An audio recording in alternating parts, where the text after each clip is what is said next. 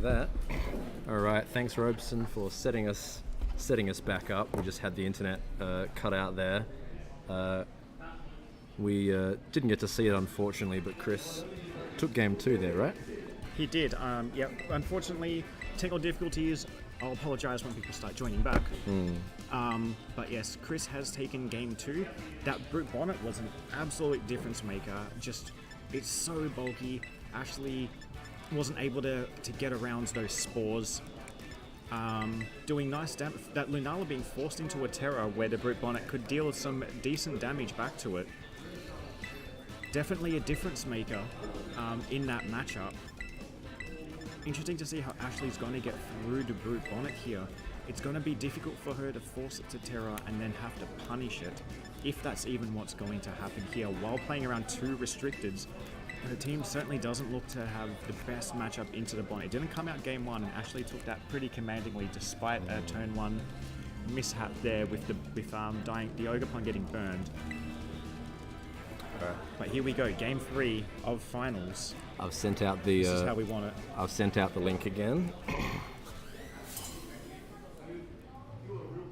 Robert says, "Can someone still at Kollecter go apologise to Matt for me?" Because Matt lost. Matt got his game lost because Robert took the him and Rob took each other's sheets. Yeah. All right. Get us on the way, Jared. Here we go. Game number 3. We got a different lead once again from Chris. Entei and Lunala this time. No Tailwind threat, but Tailwind is threatened again from Ashley. Different lead from Ashley again, though. She led the Lunala last game. She did, and got the Zacian here, protecting it. And we see Ashley win a game, and then switch up her lead, and then Chris win a game, and switch up his lead. A bit of a sign that these are some experienced, serious players. They don't just go with what works. They're trying to read into each other as well. That's the thing with a lot of our players from locals is we've all played each other. We all kind of know each other a little bit. So, but a Meteor Beam coming out from the Lunala, and it is going to be into the Tornadoes. Presumably, taking it out, and that so important tool removed immediately for Ashley. Chris has got to be happy about that. Oh yeah. No more Tailwind option, no more Sun removal. Kind of, if and when Chris does bring in that Koraidon. Kind of forcing out that early Rain Dance, and now you don't mind losing your support too much usually when you've got yourself a bit of speed control there, but not having quick Trick Room. Chris has his Whimsicott on his 6, but he didn't bring it in the last game. Didn't need the speed control. Brute Bonnet gave him the staying power to be able to win the game without having to click Tailwind at all. He kind of bruted his way through with bulk, eh? Yes, he certainly did. Gotcha. Potentially a difference maker. We don't know if we'll see it again just yet, though, as we see it Terrestrialization. Oh, wow. Zacian missing the play rough into Lunala, and a Sacred Fire going into the Zacian, and it does cop the burn. Such a bad turn. Such an unlucky turn for Ashley. Game 3 is what we want to see in a final situation, but not like this. Not like this. Such a rough turn.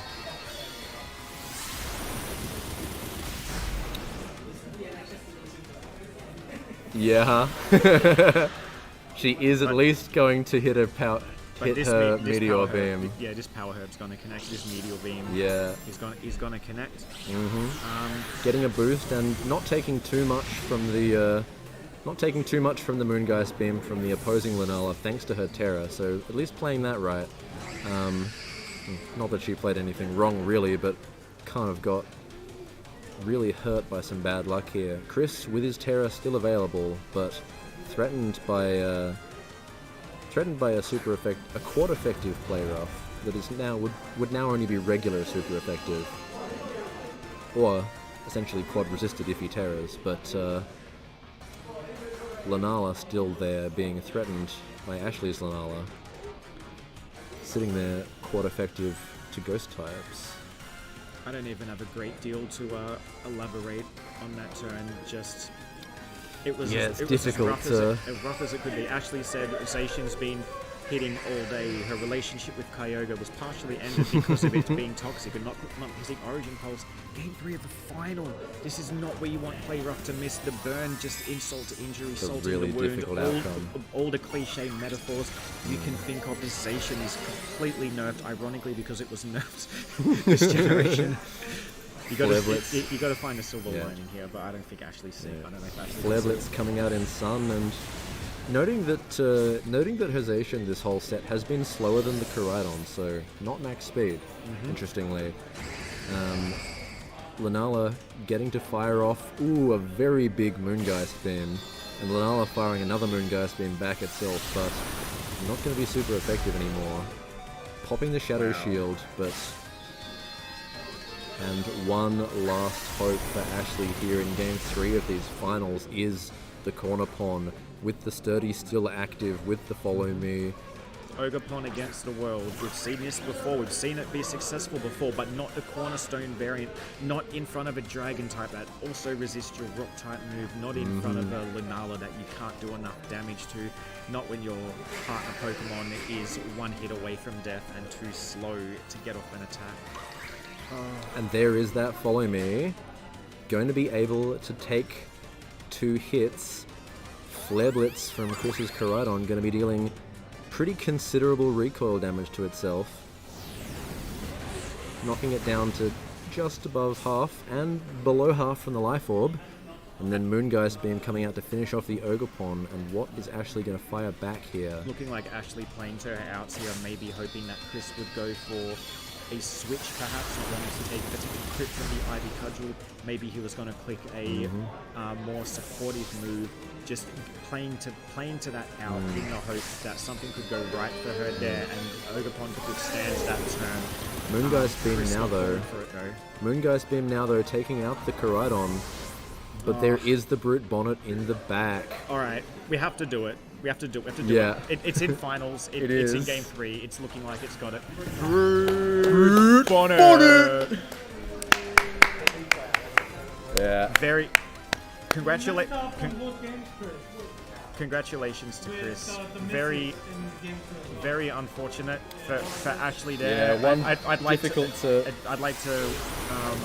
know how that would have played out. The play rough had have hit. If the burn hadn't have happened, the Azation went down anyway because it was slower. But a really interesting back and forth here between Ashley and Chris's teams. So a pleasure to watch, honestly, but also difficult to crown Chris as the champion, and congratulate Ashley as well for making second place before we get both of them on for another little interview. You guys need to have Ashley on the quick draw tonight.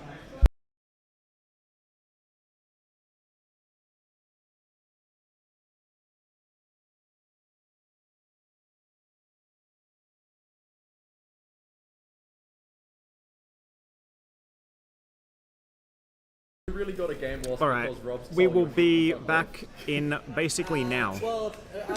Chris will be coming over for his winner's interview. He's just packing up his Switch at the moment.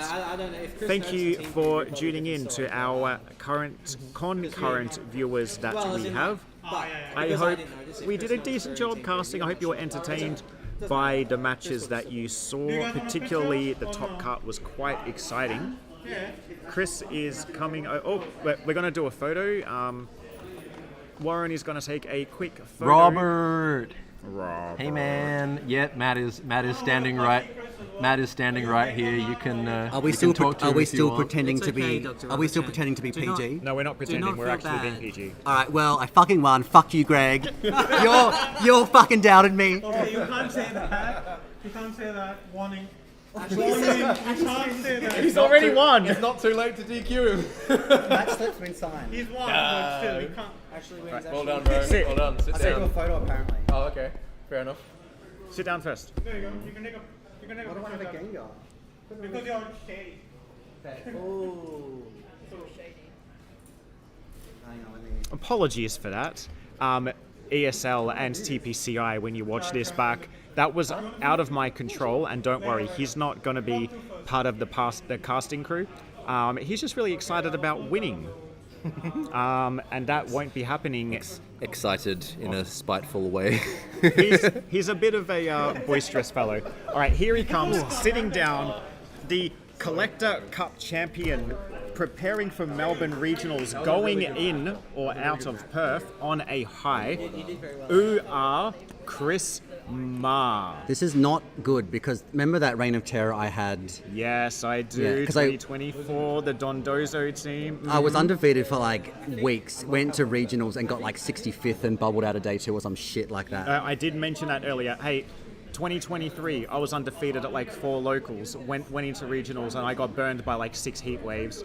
But don't take it as a sign. Be happy about the fact that you've won. In saying that, Game 2, Ashley misses a bleak wind storm. Yeah. The burn didn't play it well. Game 3, play rough misses. Lunala Shadow Shield is still intact. I think there was... Sacred Fire burning the Zacian didn't end up mattering all that much because the Zacian was outsped and got taken down by the Koraidon anyway. But RNG wasn't in her favor. But let's talk about Perth's favorite Pokemon, Brood Bonnet. It was the difference maker in your set. Yeah, so game 2, it became like it's so oppressive. I don't think she had anything that could beat it, especially with the Rocky Helmet on it. So I didn't want to lead it game 3. I led it game 2. I thought, okay, so she's going to know Brood Bonnet's coming back because it won game 2. So I didn't want to lead it and like expose it too early because I knew that if I led it like that in Koraidon, she'd just turn the weather against me. I'd lose the defense boost. So I kept Koraidon, Brood Bonnet in the back.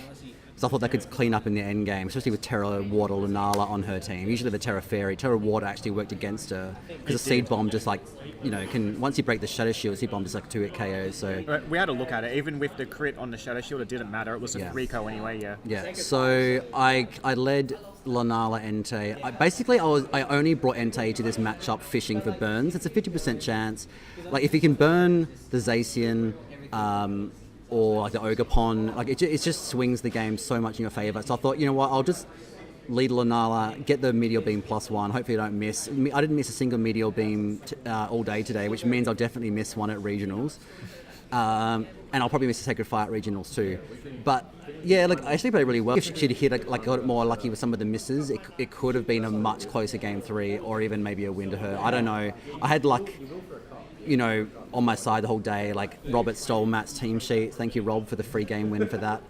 Not that it mattered. I feel confident into the Zamazenta Calyrex matchup that Slocum was running. So I think it was. I'm proud of myself. I won the challenge on Tuesday, the cup today, and top 4 on the cup last Saturday. And there was no top cut on Saturday, so I could have won that too. Maybe, who knows? That is a big run. But that means traditionally, when I'd go on a streak like this, it means I'm going to fuck up at regionals. It doesn't matter. The past is the past. We don't live in it. Despite the fact that Ashley did Chris, you'll break a little bit unlucky. You'll break the curse by doing terribly tomorrow at Canning. Yes. I can't. It's Mother's Day. Some of us have got mothers. Love you, Mum. But yeah, so despite the fact that Ashley did have some unfortunate luck in that game, you played really well all day. You did ask her to beat Robeson for you because you couldn't beat his matchup. It's true. I do have one line into Robeson, and he was just playing too smartly. Like turn 1, he protected his Calyrex Ice Rider. I thought he'd go for like Glacial Lance or a Trick Room, which they would usually do. He protected and screwed up my whole line into him. So I need to rethink. I'm just hoping, 400 people real, 325, whatever it is at VGC Masters. I'm just hoping I can dodge. It won't be enough. It won't be enough. I'm just hoping I can dodge. But it isn't enough. Yeah, please don't bring Smeagol Terra Grass to regionals. Melbourne. Specifically one that it was interesting watching it, watching his match into Ashley. Specifically, it outsped Lunala's. So it was like speed investing. I knew so I beat Ashley in Swiss in a really close best of 3, and I knew that her team is Tail Room, so her Zacian and her Lunala are both slower than my Lunala and my Koraidon. Well, my Lunala is slower than Zacian, but like it's knowing that, like I just didn't bring Whimsicott. Like once I knew that I didn't have to worry about speed control, just don't bring Whim. Yeah. Just focus on doing it. Against her, it's all about positioning. It was. I had to play really well and get lucky, and I did. So, well, you did play very well. Congratulations to everybody who made this top cut. There was no undefeated players in Swiss because you lost to ropes in Hard the trick last throw, round. that's We had piece of 5 shit. 3-1s. Unfortunately, Daniel Baguli bubbled out of this top cut. Everybody who made top cut played incredibly well. Your finalist opponent played incredibly. Her first top cut at a cup. Certainly not your first rodeo, and you knew what you had to do to get the job done. Congratulations.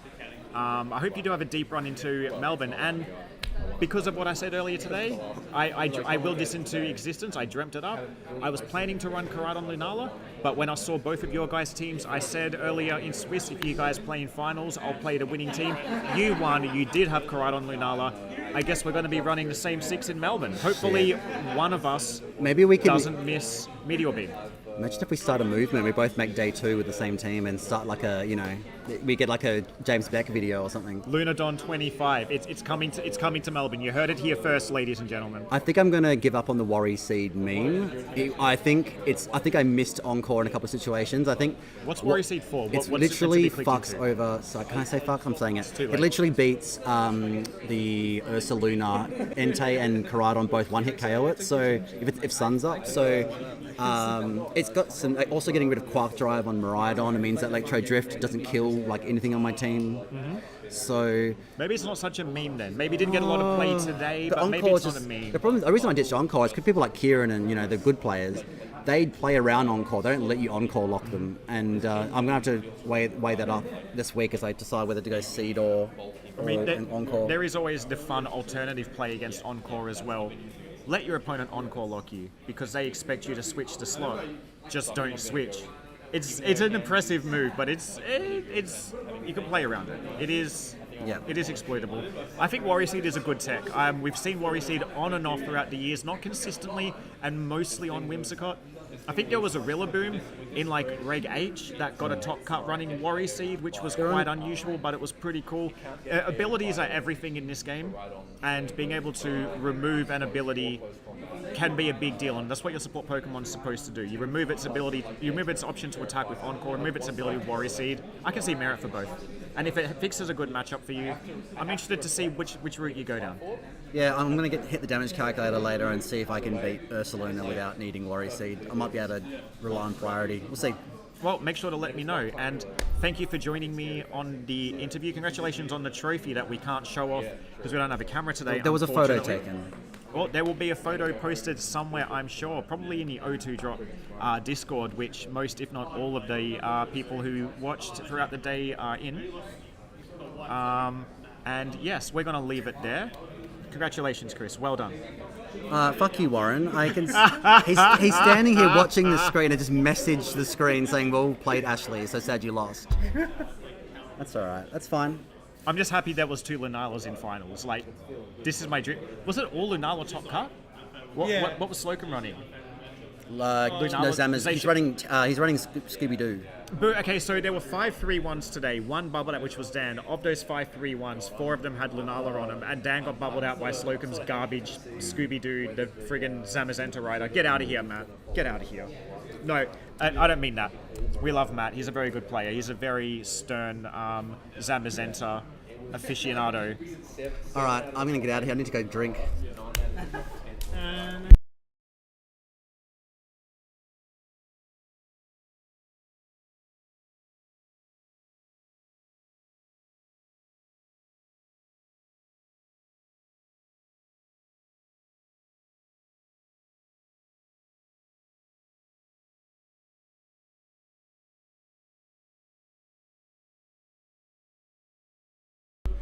Thanks so much for tuning in, everybody.